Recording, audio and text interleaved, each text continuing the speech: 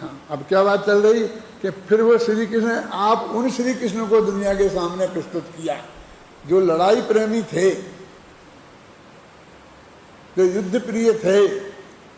उन लोगों का एक काम है कि उस अंश को तो उन्होंने इतना प्रसारित किया, और जिसमें वे लड़ाई के विरुद्ध थे उस अंश को प्रसारित नहीं किया। ये मैंने उसमें कहा कि बहुत कठिन काम था, क्योंकि ये सारी यूनिवर्सिटी में जितना प्रोफेसर बैठे हुए हैं सब ज़्यादा ब्राह्मण हैं, और वे सब मानते हैं कि नहीं श्री कृष्ण तो भगवान थे, और उनने जो डिसीजन लिया वही सही है।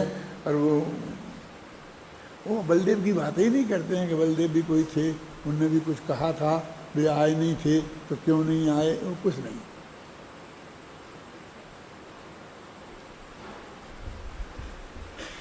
अब फिर मैंने लिखा कि उस वक्त श्री कृष्ण ने ये किया तो वो भी क्यों किया,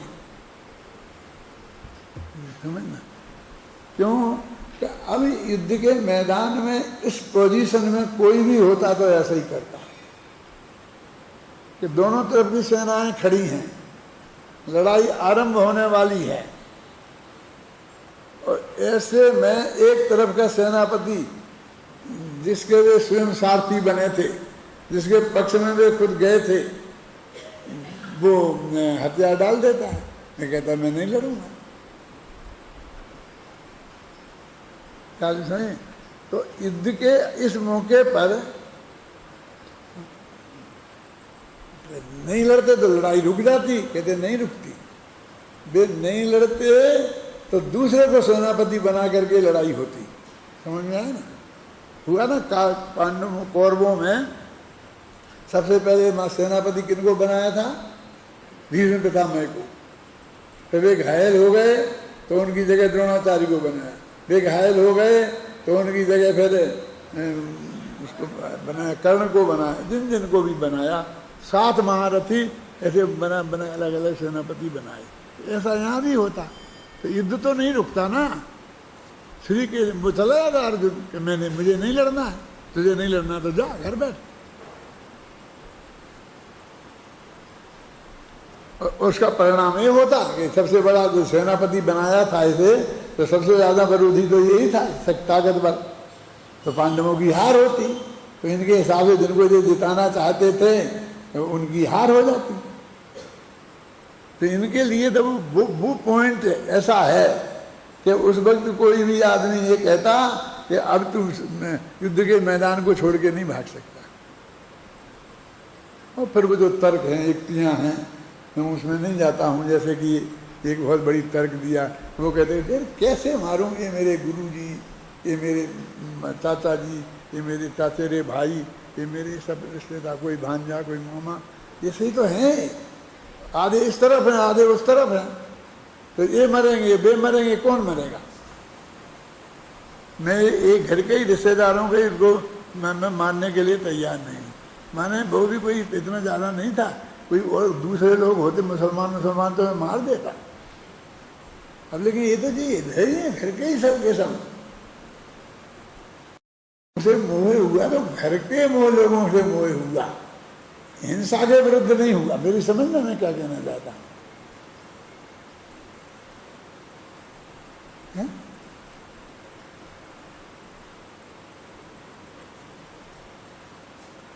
तो वो श्री कृष्ण कहते हैं तुम समझते नहीं हो, युद्ध के मैदान में कोई भाई नहीं होता, कोई बाप नहीं होता, कोई गुरु नहीं होता, कोई शिष्य नहीं होता। तो दो ही होते हैं, या तो शत्रु होता है या मित्र होता है। वे इधर खड़े हैं वे सब मित्र हैं, वो उधर खड़े हैं ये सब शत्रु हैं। कौन है और कुछ मतलब नहीं। क्या जो सामने के में खड़े हैं वे सब शत्रु हैं, और तुम अपने दादाजी पे बात नहीं कर रहे हो, यदि वहाँ उस पर बात कर रहे हो ना, किन पर? भीष्म पितामह पर। तुम अपने शत्रु पर बात कर रहे हो, गुरु पर बात नहीं कर रहे हो, द्रोणाचार्य पर कर रहे हो, अपने शत्रु पर बात कर रहे हो। और उन्होंने कदम कदम पर उनका जो गिल्टी कॉन्शियस था उसको, उनकी सुरक्षा की। क्या की? तो उन्होंने द्रोणाचार्य पे मैं नहीं चलाऊंगा, गुरु जी हैं कि बिल्कुल नहीं चलाना, तू गुरु जी पे नहीं चलाना। लेकिन सेनापति तो वे बन गए, बन जाने दो। अर्जुन बाण छोड़ो और गुरु के चरणों में जाना चाहिए वो, और उन्हें नमस्कार करना चाहिए। कि गुरु जी को नमस्कार करो कि छोड़ अर्जुन, मार मुझे। कि गुरु जी मैं कैसे मार सकता हूं, तू नहीं मारेगा तो मैं तुझे मार दूंगा, आप मार दोगे तो फिर मैं देखूंगा। माने यदि द्रोणाचार्य ने पहले चला दिया बाण तो अब वे शत्रु हो गए, अब तुझे कोई दोष नहीं है, ऐसा श्री कृष्ण ने समझाया उसे। हर एक को बाण छोड़ा तो नमस्कार किया पहले, चाहे वो भीष्म पितामह हो, चाहे वो अर्जुन हो, चाहे कर्ण हो, चाहे मतलब द्रोणाचार्य हो। समझ गया? माने इसकी और थोड़ी गहराई बताऊं, उनके चित्त को विभक्त किया, किनके? सामने वाले के, और अपने इनके चित्त में को एकाग्र किया। एकत्र भक्त है ना आत्मा, इसका चित्त डोलने लगा तो उसे उसी में स्थिर किया और उनसे कहा कि भाई गुरु जी, द्रोणाचार्य जी, ये तुम्हारा सबसे प्यारा शिष्य है, सोच लो, अभी तुम्हारे ही हाथ से मरेगा। कि दादाजी तुम कहा करते थे कि अर्जुन मुझे सबसे प्यारा है, अब आज तुम उसी को मारने आए हो। ये कर्ण तेरा सगा छोटा भाई है। उनके चित्त को विभक्त किया वो ऐसा कह के, और इसको कहा कि कोई शत्रु मित्र नहीं होता, सब शत्रु होते हैं। तो सामने खड़ा है, यदि वो आक्रमण करे तो फिर तेरे को आक्रमण करने का पूरा अधिकार हो जाता है। समझ में आ रहा है कुछ? ऐसी हजारों बातें हैं जो मेरे दिमाग में हैं, नमूने की मैंने एक दो तुम्हें बताई। क्या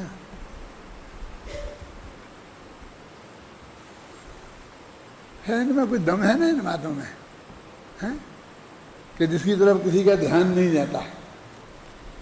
उन्हें एक ही काम किया है श्री कृष्ण ने, जो उनको सबसे ज्यादा श्रेय जाता है, कि सामने वालों के चित्त को विभक्त किया और अपने पक्ष वालों के चित्त को जो विभक्त हो गया था उसे विभक्तता उससे मेटी।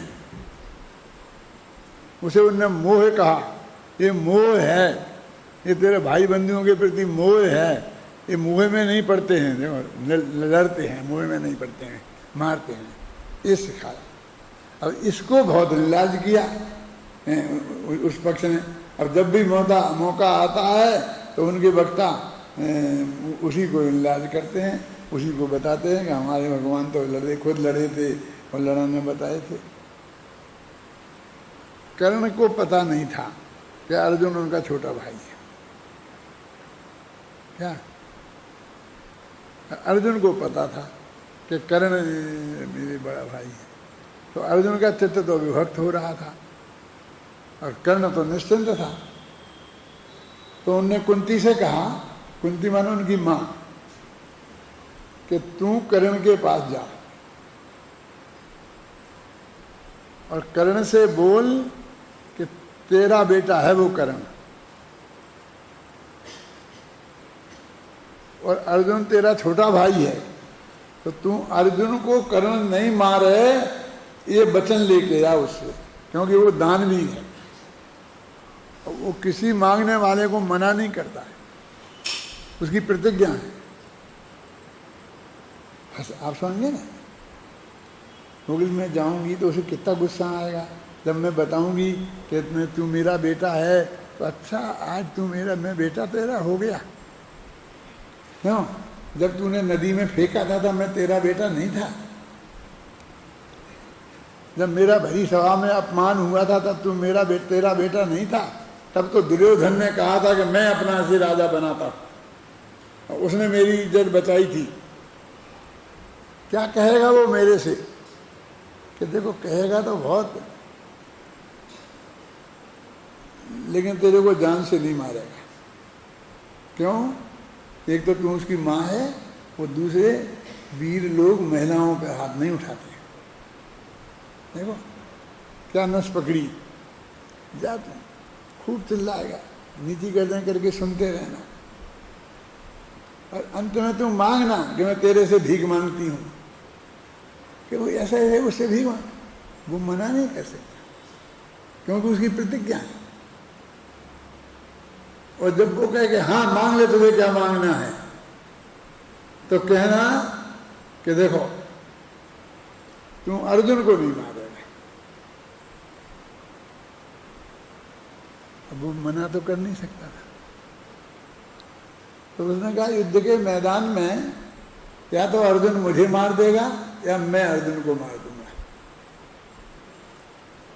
तो जो नहीं मारूंगा का वचन तो नहीं दे सकता था, मैं सेनापति हूं और वो सेनापति है, ख्याल में आया ना। लेकिन तेरे 5 बेटे रहेंगे, यदि मैंने उसे मार दिया तो उसकी जगह फिर मैं आ जाऊंगा दुर्योधन को छोड़ के, तो तेरे 5 बेटे रहे, और उसने मुझे मार दिया तो तेरे 5 बेटे हैं। मैंने मेरे कहने का इस तरह से उसके चित्त को विभक्त किया, हरेक में।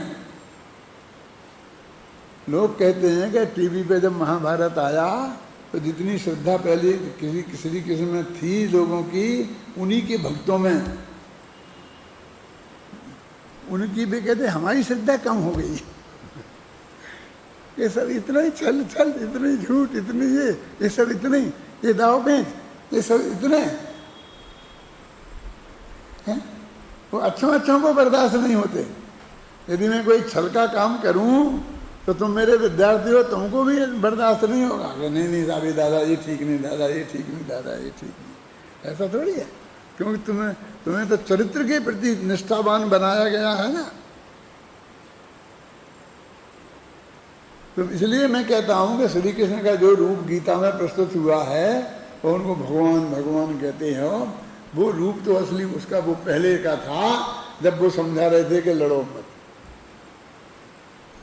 ये मैंने उस लेख में बहुत संक्षेप में ये एंगल प्रस्तुत किया था, जो सारे विश्व में पसंद किया गया कि नहीं ये सच्ची बात है।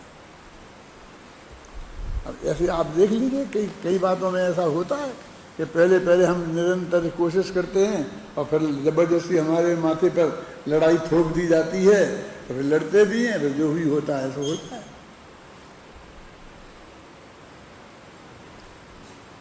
एक ग्रंथ का अधिकार अंतिम है, इसको वो समापन का मानते हैं। अमृतचंद्राचार्य जैसनाचार्य भी के ग्रंथ यहाँ समापन हो गया, क्योंकि हमें जिन प्रवचन का सार जिनेन्द्र भगवान ने तो यही बताया था, और ज्ञान तत्व और ज्ञेय तत्व। ज्ञान तत्व भी अपना आत्मा है, और ज्ञेय तत्व में सारी दुनिया तो है ही, और मुख्य रूप से अपना आत्मा ही है। सारी दुनिया को इसलिए गौण नहीं कर सकते हैं, नहीं तो सर्वज्ञता संकट में पड़ती है। नहीं ना शांति जी, यदि उसे गौण कर देते तो ये जो है ना, जो कहते कि आत्मा पर को जानता ही नहीं है, ये तो उछल पड़ते। उस सर्वज्ञता को भी गौण नहीं कर सकते हैं क्या? और खुद का आत्मा ज्ञेय है, तो अपने ज्ञान स्वभाव को और अपने ज्ञेय स्वभाव को दोनों को उनने कहते हमने प्रस्तुत कर दिया। और दिक्कत इसलिए नहीं थी कि जो मेरे आत्मा का ज्ञेय स्वभाव है वही तो सब द्रव्यों का है, वही तुम्हारे आत्मा का है, वही पुद्गल का।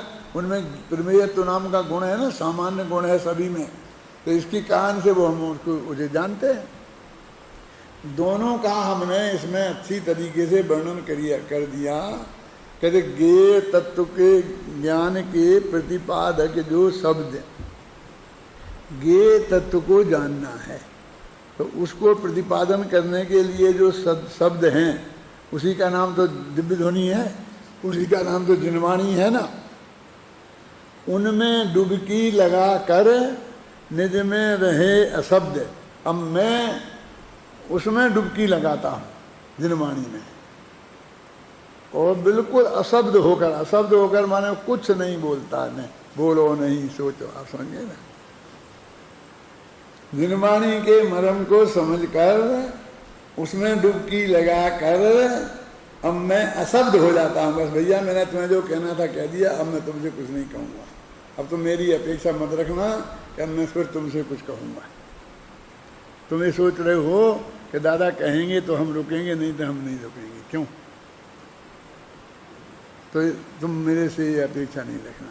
मैंने कल परसों ये बताया था ना कि एक आध दफ़े मैंने जीवन में ऐसा कहा कि तुम लोग क्या क्या इंतज़ार कर रहे हो, इस बात का इंतज़ार कर रहे हो कि मैं तुमसे अपील करूं कि तुम हमारे महाविद्यालय के लिए पैसा दो और विद्यार्थियों को पढ़ाने की व्यवस्था करनी है। तो निराश रहोगे, तुमको ही कभी नहीं होगा। तुम मेरी प्रतिज्ञा भंग करना चाहते हो? मैं तुमसे नहीं कहूँगा कभी, और मैं नहीं चाहता हूँ कि मुझे वो दिन आए कि जब मुझे कहना पड़े। मैंने मैं कह भी दूंगा क्यों? इन विद्यार्थियों के पीछे कह भी दूंगा क्या, लेकिन तुम्हें कोई उपलब्धि नहीं होगी। तुम मेरी प्रतिज्ञा भंग करके तुम महान नहीं बनोगे। बस इतने से ही काम चल गया ना। क्यों? उससे आगे कुछ कहना नहीं पड़ा ना। तो वो कहते हैं क्या, ये तत्व के ज्ञान के प्रतिपादक जो शब्द, ये तत्वों का ज्ञान, ज्ञान तत्व नहीं है यहाँ, ये तत्व को बताने वाले, जो बताने वाला ज्ञान कराने वाले जो उसके प्रतिपादक शब्द हैं, उनमें डुबकी लगाकर माने जिनवाणी पढ़कर, यानी रास्ता भी बता दिया कि तुमको यदि ये तत्व का समझना है, स्वरूप ज्ञान तत्व का स्वरूप समझना है, तो जिनवाणी में डुबकी लगाओ। शुद्ध ब्रह्म को प्राप्त कर, मैंने डुबकी लगाकर उसमें फिर मैंने शुद्ध ब्रह्म अपने भगवान आत्मा को प्राप्त कर लिया, समझ लिया, जान लिया, और ये जान लिया कि यही मैं हूँ। बस इसका नाम प्राप्त करना है ना।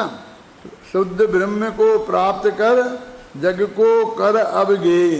फिर मैंने उसमें भेद विज्ञान कर लिया कि ये शुद्ध ब्रह्म है, वो मैं हूँ, और बाकी दुनिया सिर्फ मेरी गेय है, और मेरा उसका जानने का संबंध है, मेरे गेय ज्ञायक संबंध है, कुछ नहीं है। और ये आत्मा मैं हूँ, ये मेरा नहीं है, ये मैं हूँ। समझे? शुद्ध ब्रह्म को प्राप्त कर और जग को कर अब ज्ञेय। इस तरह सुपर प्रकाशक ज्ञान की एकमात्र सिद्धे। और मेरा भगवान आत्मा सुपर प्रकाशक है, सौर पर को जानने वाला है, एकमात्र वो ही सिद्धे है, माने वो अपनापन स्थापित करने लायक है। पूरा मरम की बात आ गई कि नहीं आ गई? उसमें तो आ ही गई, लेकिन ये पद्यानुवाद में आई कि नहीं आई? इतना आसान नहीं है। तुम इसको मिलान करके देखना एक एक शब्द, माने उन शब्दों में से फिर ये जो शब्द लिखे हैं इनमें, वो लिखना कितना कठिन है। माने एकदम सीधी नहीं है वो। ऊपर के छंद फिर पढ़ो, एक दफे ऊपर के छंद पढ़ो, नीचे के पढ़ो।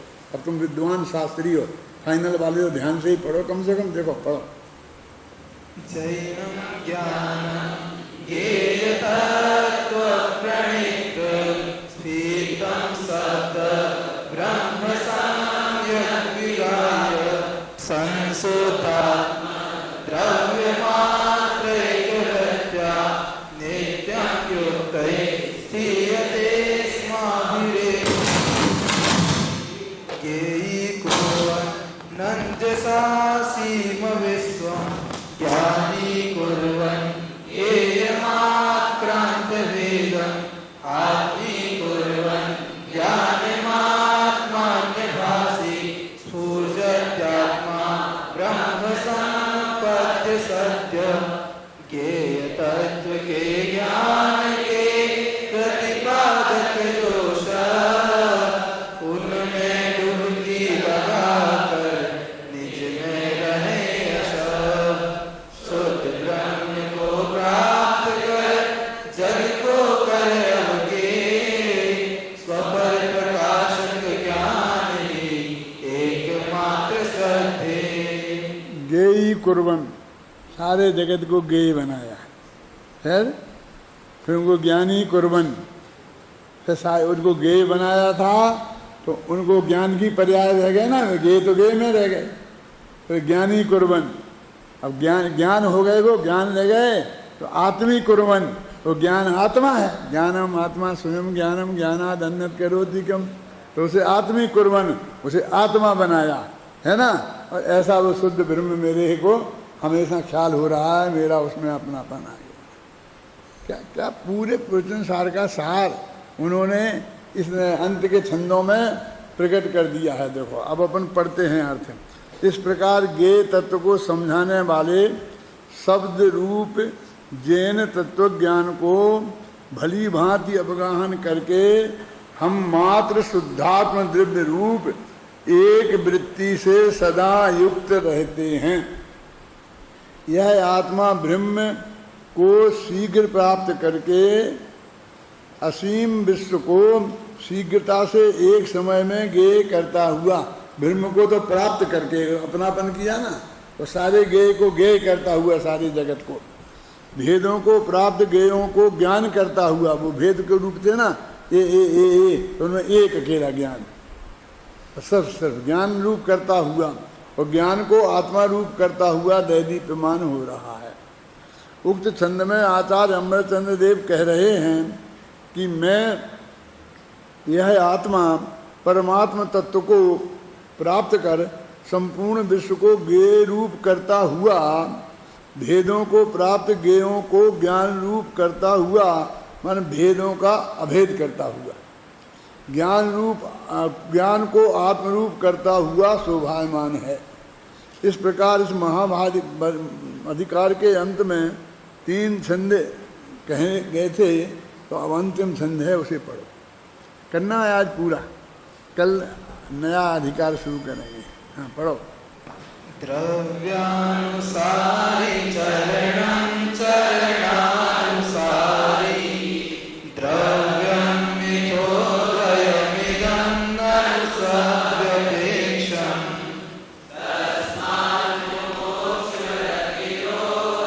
मोक्षमार्गं द्रव्यं प्रतीक्य यदि वा चरणं प्रतीक्य चरण द्रव्य अनुसार हो द्रव्य चरण अनुसार शिवपथगामी बनो तुम दोनों के अनुसार। अरे द्रव्य चरण अनुसार हो और चरण द्रव्य अनुसार हो, दोनों को इसमें परस्पर सापेक्ष बताया है। वैसे सीधा अर्थ है निकलेगा ना, चरण द्रव्य अनुसार है और द्रव्य चरण अनुसार, द्रव्यानुसारी चरणम और चरणानुसार द्रव्यम। पर इसमें मैंने गुरुदेव का भी पढ़ा, और एक भाई ने सोनगढ़ से मुझे गुरुदेव के प्रवचनों के 5-7 पेज भेजे हैं इसी छंद के अनुवाद में। और उसने ये कहा कि लोग ऐसा अर्थ समझते हैं, ऐसा अर्थ समझते हैं, और सही क्या है, गुरुदेव ने क्या बताया था वो बताया। मेरे पास रखे हैं अभी घर पे, मैंने वो भी पढ़े गहराई से। क्या अब मैं अभी जो बोल रहा हूँ वो अत्यंत सरल भाषा में आपको बता रहा हूँ। द्रव्य माने द्रव्यान योग के अनुसार जो वस्तु का स्वरूप है, माने जो तत्व ज्ञान है, माने जो हमारा आत्मा है, वो उस आत्मा का स्वरूप जानकर उन्हें गेय बनाकर और उसमें ही अपनापन स्थापित करना, इसका नाम द्रव्यानुसार है। और चरणम द्रव्यानुसारी चरणम तो मतलब चारित्र सम्यक दर्शन और सम्यक ज्ञान होने पर ही होता है।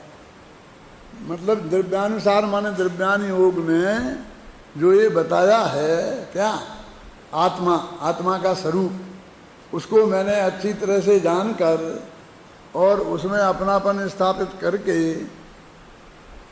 इसलिए श्रद्धा ज्ञान हो गया ना। और फिर जो निर्माणी में चारित्र का स्वरूप बताया है, उस चारित्र को मैं धारण करूँगा। इस तरह ये छंद, इस अधिकार ज्ञान तत्व, ज्ञेय तत्व प्रज्ञापन अधिकार और चरणान योग सूचक की को जोड़ने वाला भी है कि चरणानी योग की बात अब मैं आगे कहूँगा।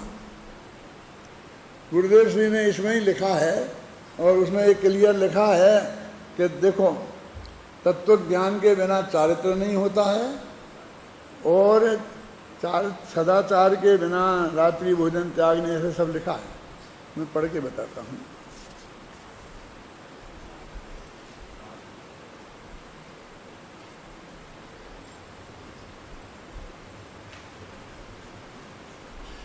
इसमें है ना, कहाँ गुरुदेव का इसमें नहीं है क्या? है इसमें है, हाँ मैं कह रहा हूँ।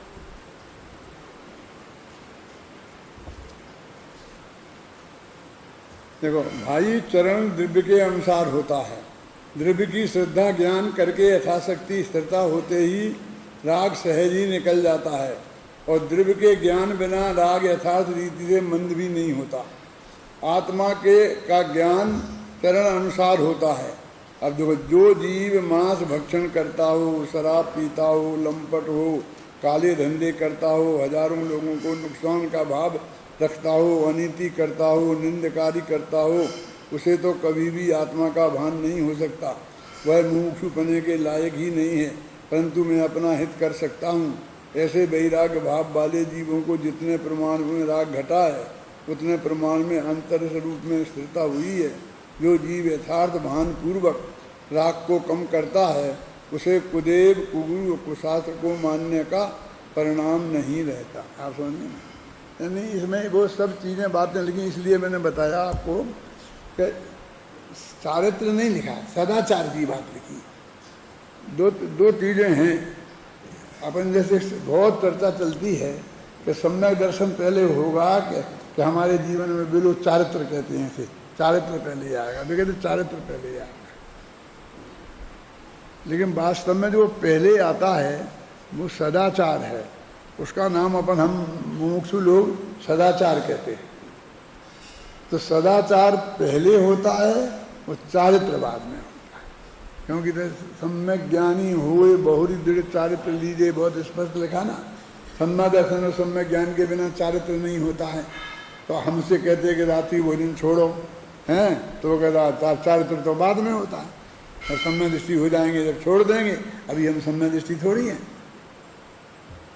ऐसा बहुत से लोग हैं जो भी सामान्य, जो अभी हमारे आपके जीवन में जो है ना शुद्ध सात्विक, उसको वो चारित्र कहते हैं। अब वो तो सदाचार है और वो जिनवाणी के अनुसार है। जिनवाणी के अनुसार ऐसा क्यों कहते हो? इसलिए कहते हैं कि जैसे हमने हिंसा बुरी चीज़ है और नहीं करना चाहिए। अभी तो हमने अध्यात्म में जब पढ़ेंगे तो ये पढ़ेंगे कोई किसी को मार ही जला नहीं सकता। अब वो हम उठाएंगे तो कहेंगे कि हम तो किसी को मार ही जला नहीं सकते हैं। और यहाँ तो ये कहते हैं आलू में अनंत जीव हैं, तुम खाओगे तो भी मरेंगे। आप समझ गए ना, हैं? और फिर समय सार पढ़ेंगे तो वो कहेगा निज आयु क्षय से मरण हो, यह बात दिन भर ने कही, तुम मार कैसे सकोगे जब आयु हर सकते नहीं। तो अब वो बात यहाँ नहीं करते, उसको हिंसा मान कर ख्याल में आई ना। अब चरणान योग के अनुसार होगा, क्योंकि अब किसमें है और किसमें नहीं है।